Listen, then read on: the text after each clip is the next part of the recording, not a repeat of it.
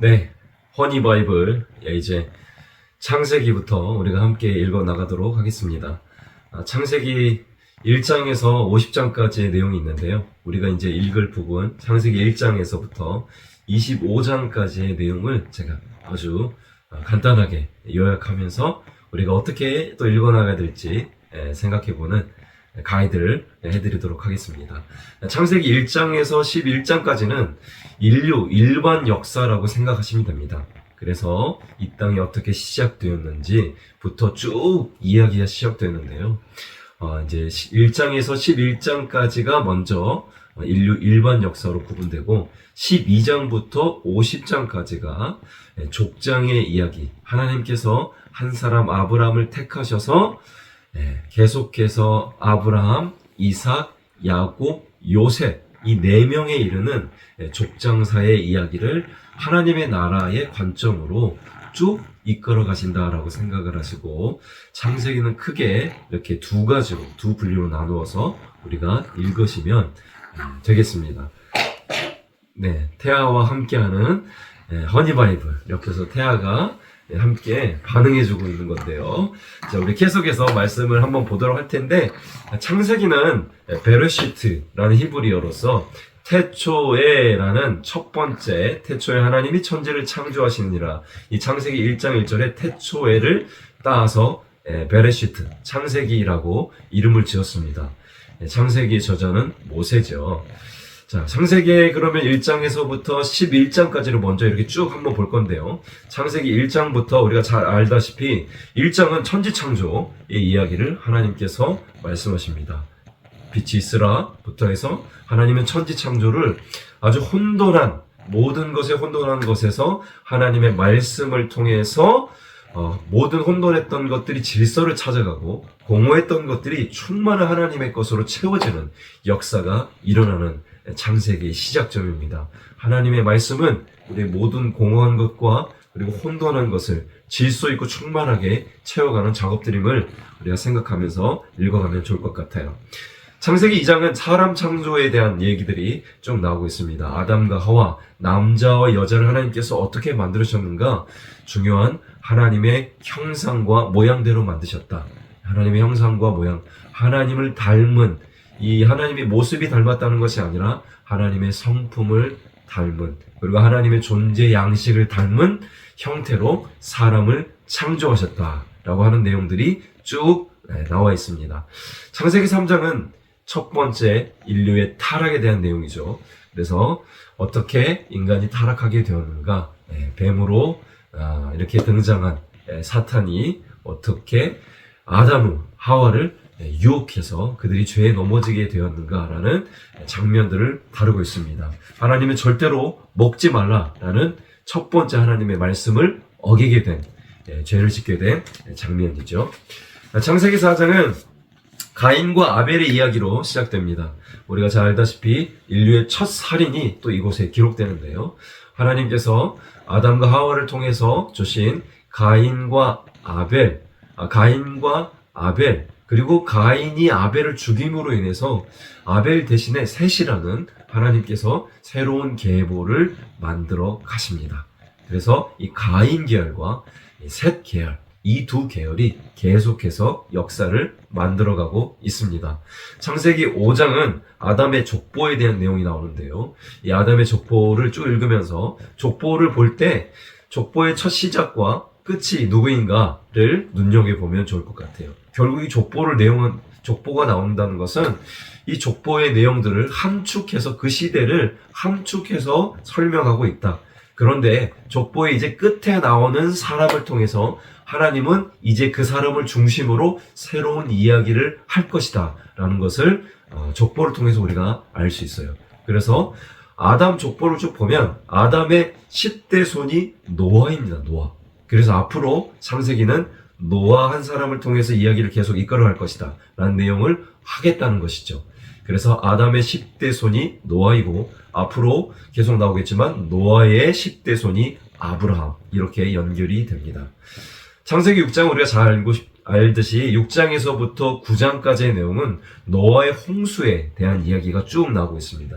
노아가 6장에 방주를 짓게 되는, 정말 어떻게 그 산에서 그 배를 지었을까요? 정말 하나님의 믿음으로, 하나님 주신 말씀의 순종함으로 노아가 그 시간들을 견뎠던 것들을 우리가 생각하면서, 특별히 또 이 방주가 예수 그리스도를 예표하는 것, 그 안에 들어가면 살고 그 안에 들어가지 못하면 죽는다는 것을 기억하고, 방주에 들어가는 문은 하나였고 하나님이 닫으셨다는 사실들을 기억하면서 우리가 읽어가면 아주 재밌을 것 같습니다. 7장은 홍수 심판, 드디어 이제 하나님께서 창세기는 창조, 그리고 타락, 그리고 심판, 그리고 구원, 이렇게 네 가지 큰 카테고리를 가지고 성경 전체가 쓰여 있는데요. 창조하시고, 그리고 인류가 타락했고, 홍수 심판, 그리고 하나님이 또 구원하시는, 한 사람을, 노아 한 사람을 구원하셔서 또 새로운 인류를 계속해서 이끌어 가시는 그 패턴들이 이렇게 앞으로 계속 성경에 나오게 됩니다. 홍수 심판을 위해서 모든 것들이 하나님께서 물로 멸망하시죠. 우리가 심판을 통해서 정말 우리도 마지막 때에 심판이 있을 것이라는 사실을 기억해야 할 것입니다. 8장, 창세기 8장에 가면 홍수가 이제 그치게 되죠. 홍수가 총 370일 동안, 정말 이 홍수가 긴 시간 동안 있었는데요.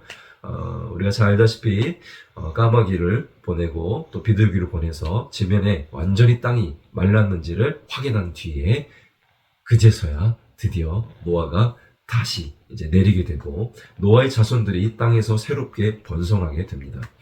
하나님은 창세기 9장의 무지개 언약, 이 무지개를 통해서 다시는 물로 심판하지 않겠다라는 언약을 우리에게 주십니다. 우리가 무지개 볼 때마다 하나님의 그 언약을 기억할 수 있을 것입니다. 자, 그러면 이제 10장에 와서 다시 노아의 족보가 나오는데요.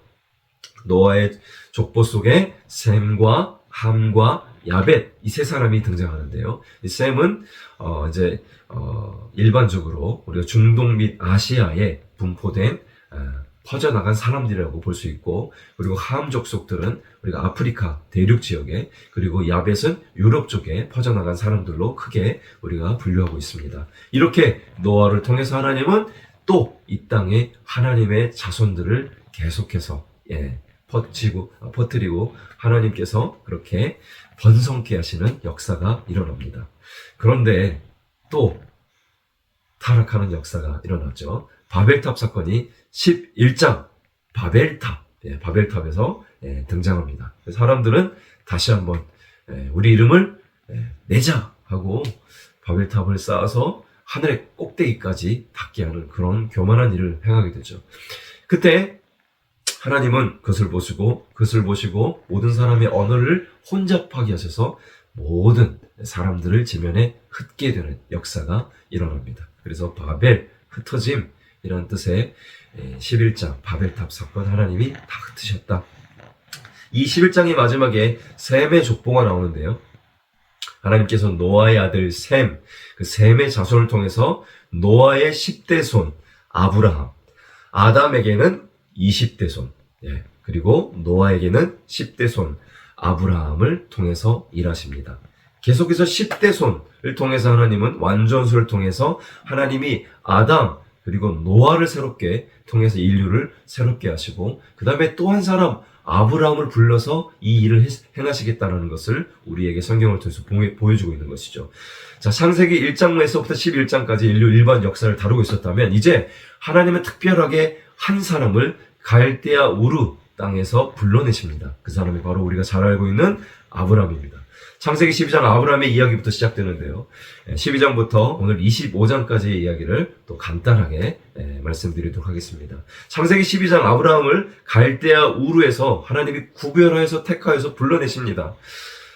그래서 아브라함 한 사람에게 네가 복이고 네가 가는 곳마다 내가 너를 축복할 것이다 라는 하나님의 약속을 주시면서 하나님이 갈대아 우르 땅, 우상 숭배 그 땅에서 그를 불러내시고 아브라함은 순종하며 약속의 땅인 가나안으로 떠나게 됩니다. 이때 아브라함이 또 연약한 모습들도 보이게 하는데요. 애굽 왕 바로에게 이렇게 가게 되면서 사라를, 자신의 아내를 누이라고 속이는 일들이 일어나기도 합니다. 참 연약한 또 인간의 모습을 우리가 또 여기서 보게 되죠. 아브라함 또한 우리의 또 연약한 모습을 가지고 있었습니다. 하지만 그는 말씀을 쫓아 떠났습니다.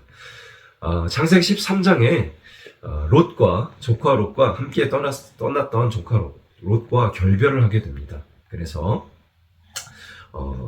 갈대아 우르에서 함께 같이 떠났던 조카 롯이 여기서 이제 소유가 많아져서 결별을 하게 되는데요. 그때 다시 한번 가나안 땅으로 또 귀환하는 사건이 일어나게 됩니다. 그래서 아브라함은 가나안에 계속 머물게 되죠. 창세기 14장에 들어와서 결별했던 롯이 좋은 땅, 소돔과 고모라 땅을 향해서 떠나갔는데요. 그 롯을 이제 구출하는 사건이 일어나게 됩니다. 왜냐하면 가나안 이 남 그리고 북부에 이 연합하고 있었던 연합국 간에 전쟁이 일어났습니다. 그때에 이 조카 롯이 포로로 잡혀가기 때문에 그 조카 롯을 구출하기 위해서 아브라함이 자신의 훈련된 또 일꾼들을 데리고 조카 롯을 구출하는 사건이 일어나게 됩니다. 이제 창세기 15장에 넘어가서 중요한 구절이 나오는데, 창세기 15장은 하나님께서 특별히 언약을 세우시는, 우리가 잘 알고 있는 믿음으로 말미암아 의롭다함을 받았다, 이 신칭의가 로마서에만 등장하는 게 아니라 창세기 15장에도 등장을 합니다. 그래서 하나님께서 아브라함이 그것을 믿었을 때 의롭다함을 받았다라는 것을 이미 창세기 15장 6절에서 우리가 확인할 수가 있습니다. 하나님은 아브라함에게 무뼈를 보라고 내가 셀 수 없는 자손을 너의 씨를 통해서 줄 것이라고 약속하는 그 장면들이 15장에 등장을 합니다. 그리고 이후에 하나님이 이 언약을 횃불 언약이라고 해서 동물들을 다 이렇게 쪼개놓고 그 사이에 하나님께서 불을 향해서 지나가시면서 이것을 고대 근동의 횃불 언약이라고 하는데요. 네가 너와 나 사이가 이렇게 언약을 맺고 이것을 지키지 않으면 우리가 동물이 쪼개진 것처럼 이렇게 정말 우리가 이렇게 죽이겠다 하는 그런 정말 죽음의 언약이라고 할 수 있겠습니다.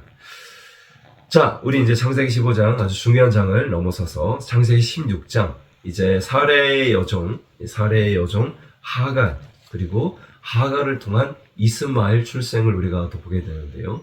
믿음의 약속을 기다리지 못하고 사례의 여종을 통해서 이스마엘을 낳게 되는 안타까운 사건이 벌어지게 되는 것이죠. 하나님의 때를 또 기다리지 못했을 때 또 그런 연약한 모습들을 우리가 또 생각해 볼 수 있을 것 같습니다. 창세기 17장은 할례, 하나님께서 아브라함에게 너는 내 앞에서 행하여 완전하라 말씀하시면서 할례를 행하라고 말씀하시는데요.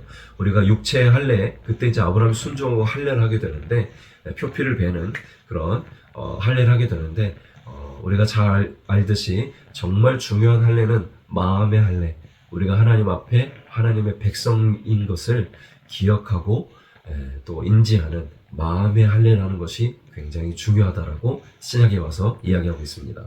창세기 18장, 잘 따라오고 계시죠? 창세기 18장은 아브라함의 중보기도 사건이 나옵니다. 천사 셋이 사람의 모습으로 방문했을 때 아브라함이 그들을 극진히 대접하게 되는데요. 그 극진히 대접한 그들이 그런데 소돔과 고모라를 멸망하러 가는, 소돔과 고모라를 멸망하러 가는 천사들이었습니다. 그래서 그것을 알게 된 아브라함이 하나님 앞에 중보기도를 하게 됩니다. 하나님, 그 땅에 의인 50명, 아니면 45명이라도, 아니면 40명이라도, 아니면 30명이라도, 아니면 20명이라도, 아니면 10명이라도 있으면 하나님 그 땅을 멸하지 말아달라고 아브라함이 계속해서 간구하고 중보하는 모습을 볼 수 있습니다. 하나님의 사람이 우리 또한 중보하는 사람이라는 사실을 또 잊지 않게 되는 귀한 또 본문이기도 합니다. 그런데 소돔과 고모라에는 의인 10명이 없어서, 그래서 이제 19장에 넘어가서 이 소돔과 고모라가 하나님의 불과 유황의 심판을 받게 되는 안타까운 일이 일어납니다. 소돔과 고모라가 얼마나 타락한 성이었는가, 동성애와 여러 가지 음란한, 그리고 굉장히 세상적으로 아주 타락한 성이었다는 것이 창세기 19장의 내용에 등장을 합니다. 그 가운데도 아브라함의 중보기도 하나님의 아브라함을 기억하셔서 조카 롯을 그리고 롯의 가족을 구출하게 되죠. 그런데 롯의 이 두 딸이 거기서 나온 두 딸이 엄마가 뒤를 돌아보면서 그 소금 기둥이 되어버린 사건 속에 안타까운 사건 속에 이 롯의 두 딸이 근친상간 즉 롯과 이 성관계를 맺음으로 인해서 자식을 낳아야겠다는 엄마가 없기 때문에 그런 생각들을 하게 되는데 이게 소돔과 고모라 땅에서 자랐던 그들이 보고 배웠던 것들이 얼마나 그의 자녀와 그의 가정에 그러한 안타까운 일들의 교육이 되었는가라는 것을 우리가 생각해 볼 수 있는 또 본문이기도 합니다. 창세기 20장에 와서 그랄 왕 아비멜렉이라는 사람이 등장하는데요.